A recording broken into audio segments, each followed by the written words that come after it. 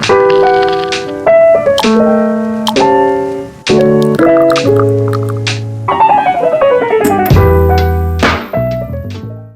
everyone. Thanks for listening to Wake Up, Look Up, a podcast where we connect events happening in real time to the gospel of Jesus Christ. I'm Zach Wyrock.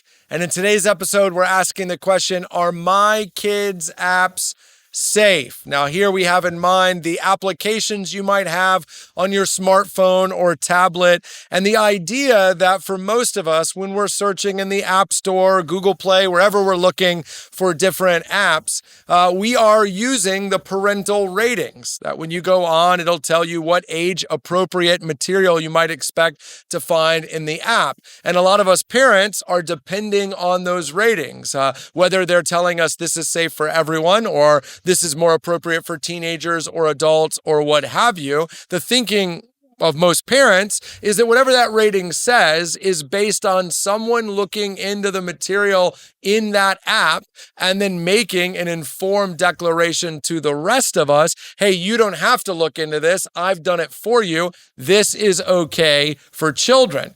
But a recent Wall Street Journal article makes the point that at least one state, the state of Utah, is taking aim at the fact that the people doing the ratings aren't really trying to get it right. This is tied to one particular story of a 14-year-old in Utah who committed suicide. And when the parents investigated what that child had been doing on their smartphone, what they found is that child's TikTok account had been recommending to them, based on their algorithm, pro-suicide content. Now, TikTok is rated as safe for children because the thinking is that they have parental settings that parents can set so that the app itself is safe if you have those filters. But of course, these Utah parents did have those filters. They had done everything that TikTok had offered, and it still wasn't safe for their child. In fact, the Wall Street Journal has discovered in an investigation of these things that companies like Apple and Google know that apps like TikTok aren't safe. They have internal documents saying, hey, these apps are rated at this level, but actually are not good or positive or even safe for children at that level or older.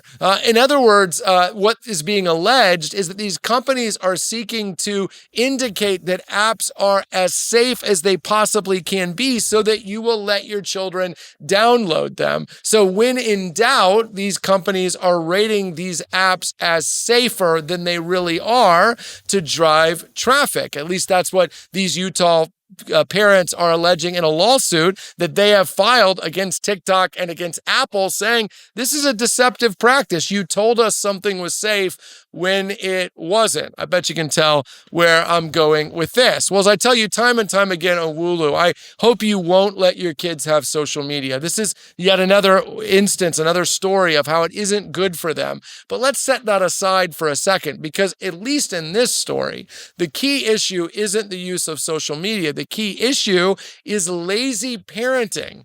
It's a kind of parenting that says all I need to do is set a filter on my kid's phone that won't let them download any app above a certain level. All I need to do is check the parental rating of an app to know if it's safe. I don't need to do the extra research, the extra Googling to actually learn about the app myself. But when you do that, don't you see you're outsourcing your parenting? You're letting someone else make the moral judgment on what content is good for your children. But here's the thing. The Bible tells us time and time again, like for example, in Proverbs 22:6, that it is your job to train your children. It is my job to train mine. I don't get to outsource who gets to decide what content is good for them. That's what it means to train my children. I have to get involved in what they eat, what they wear, what they watch, what they listen to.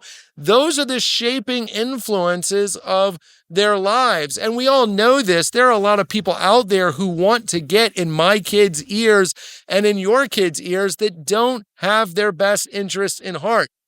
That's why the Bible tells us time and time again to guard our hearts, to guard our children's hearts, to use Philippians 4 to make sure that we and they are thinking about whatever is noble, whatever is just, whatever is pure. Listen, I'm not saying app ratings aren't a good idea, and I'm not saying the law and systems can't help us, but what I am saying is that parenting is the key. Look, I'm busy, you're busy, I'm tired, you're tired. I get the parental drive to just let someone else make the decision, to rest on the resources that are out there. But the Bible says this in Galatians 6, you reap what you sow. Lazy parenting inevitably results in our kids being exposed to content that isn't good for them, that if we had just done a little more work, we would have prevented them from seeing, from engaging. And listen, these apps are just wanting your kids to download them. They're just wanting your money and your kids' money, your kids' attention,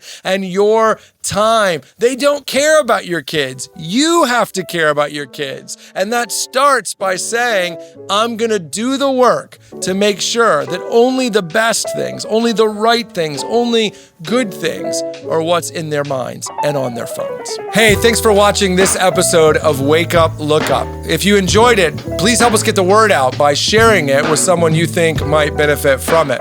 And while you're here, make sure to subscribe to our YouTube channel to get further content, or even download the CCC app, where you'll find even more resources to help you grow in your faith and relationship with Jesus Christ.